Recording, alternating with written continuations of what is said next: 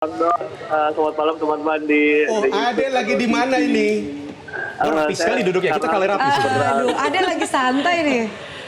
Ya, kami sekarang sedang berada di Labuan Bajo, tapi tadi Tahu, tapi di hotel apa? Nanti promosi lagi. Tapi tadi kita Ade, cerita dong Ade soal cerita, kegiatan iya. apa di Labuan Bajo dan kondisinya seperti apa sih? Karena beberapa kali juga tadi Bang Dong katakan Presiden melakukan kunjungan ke Iya. sana, ada Destinasi pariwisata Bali baru. Bali baru seperti apa sih, Dek?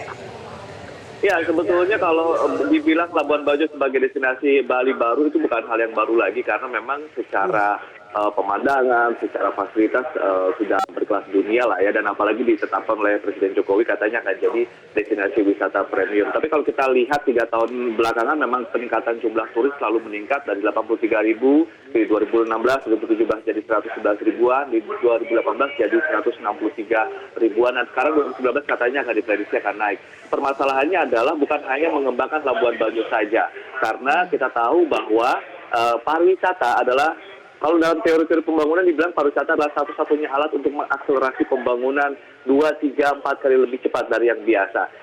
Ini tentunya mungkin yang menjadi tujuan utama ketika Presiden Jokowi datang ke sini dan bilang akan mengembangkan dan mengakselerasi pembangunan sebagai Labuan Bajo sebagai destinasi premium.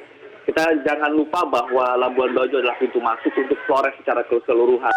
Dari Labuan Bajo masuk kemudian ke Lembor, dari Lembor masuk ke Kampung saya ada ya, kira-kira 30 km aja dari situ. Betul, dari Ruteng lalu kemudian ke Borong, ke Manggarai Tengah, Manggarai Timur, ada Maumere di sana, lalu kemudian ada Ende, Maumere, dan Narantuka. Dan kita jangan lupa bahwa NTT ini adalah salah satu provinsi termiskin di Indonesia. Jadi maksud dibuka kemudian Labuan Bajo seluas-luasnya ini adalah untuk mengembangkan pembangunan di Pulau Flores. Jadi ada hal yang menarik ketika melakukan penelusuran di tahun yang lalu maupun yang sekarang. Yang sekarang ke desa wisata yang ada di Manggarai Barat, jaraknya cuma 20 menitan dari Labuan Bajo. Ternyata turis asing sudah masuk ke desa ini dari tahun 1990-an. Tetapi listrik baru masuk tahun 2015. Tahun lalu saya ke Manggarai Timur, Manggarai Tengah, itu listrik belum ada, jalanan sangat rusak. Tapi turis-turis asing sudah naik motor, masuk dari Labuan Bajo, langsung ke Ruteng dan ke Borong dan ke timur. Mereka melakukan backpacker begitu ya, menggunakan motor. Ini mungkin adventure buat mereka, tetapi dalam teori pembangunan ini jelas sesuatu yang salah. Karena apa? Turis datang begitu cepat masuk ke pedalaman, lebih cepat daripada masuknya listrik dan juga toilet dan juga infrastruktur. Ini merupakan sesuatu yang ironis gitu. Apalagi Pemandangannya luar biasa indah sekali ya. Gambar sunset Itu gambar sunset yang dibuat oleh Ade di sebelah Anda ada patung komodo, mudah-mudahan itu benar patung bukan asli begitu ya. Ade, salah satu daya tarik utama Labuan Bajo itu adalah Pulau Komodo di situ.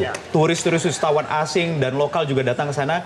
Nomor satu adalah yang ingin dilihat Komodo. Sementara kita tahu ada isu penutupan untuk keberlanjutan Taman Komodo. Iya, Taman Nasional Komodo ini sendiri. Bagaimana sebenarnya isunya sampai sekarang?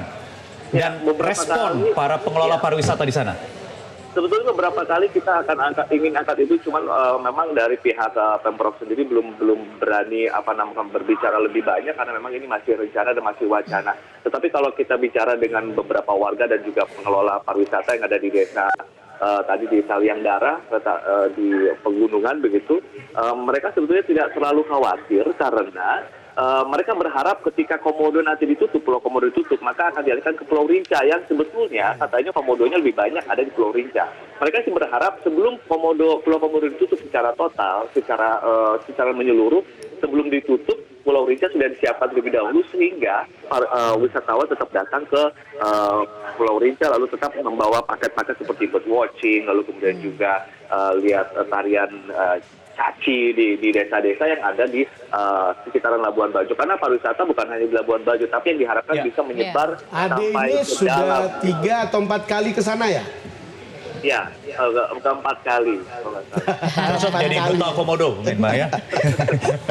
Oke, apalagi deh yang bisa disampaikan oleh pemirsa Metro TV Newsroom terkait rencana pengembangan Bali baru ini, termasuk Labuan Bajo dan juga titik-titik yang lain, lokasi-lokasi yang lain. Anda kan memantau terus pembangunan di titik-titik ini. Ya, ada insight yang menarik tentunya ketika melakukan penelusuran lebih jauh lagi ke Manggarai Tengah, Manggarai Timur. Bahkan di Manggarai Barat juga tadi ada cerita juga, sama ceritanya ketika saya masuk di tahun lalu ke Manggarai Tengah, ke Ronting, lalu ke daerah-daerah sana, bahwa sudah banyak orang-orang asing, investor-investor asing mulai melirik tanah-tanah milik warga.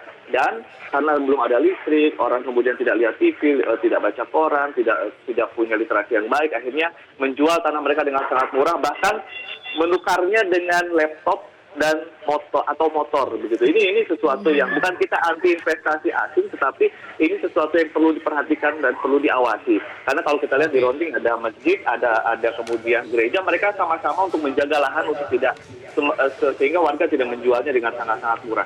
Bayangkan kalau ke depan Labuan Bajo akan begitu maju seperti Bali, tapi lahan kemudian kafe-kafe, hotel-hotel semua tidak dimiliki oleh orang lokal. Satu ini akan pertanyaan menjadi terakhir, Anda jawab dengan satu kata saja, Ade.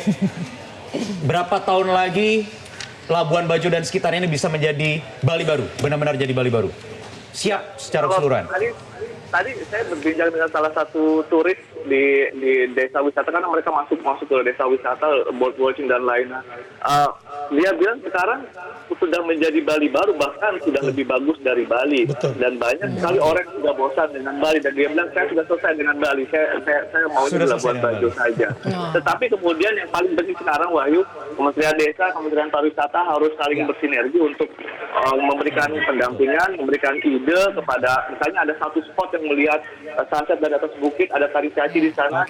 Mungkin BUMDes kemudian bisa menggunakan dana desa untuk mendirikan kafe dan juga tempat-tempat seperti mungkin kita menikmati sunset di Uluwatu dengan tari kecaknya. Itu mungkin bisa melakukan pendampingan seperti itu.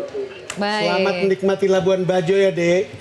Jangan lupa kerja juga, Ade. Kapan pulang ya, Dan Dek? terima kasih kepada kalian karena sudah mempromokan Labuan Bajo. Ini ada saudara saya dari kampung dan Langsung banyak komen, yang langsung komen. menonton Apa, Bang? dan ikut bangga. Namanya Pak Thomas Edi. Apa Trins katanya? Metro TV malam ini telah mempromosikan secara cuma-cuma Manggarai Barat, khususnya Labuan Bajo, Komodo.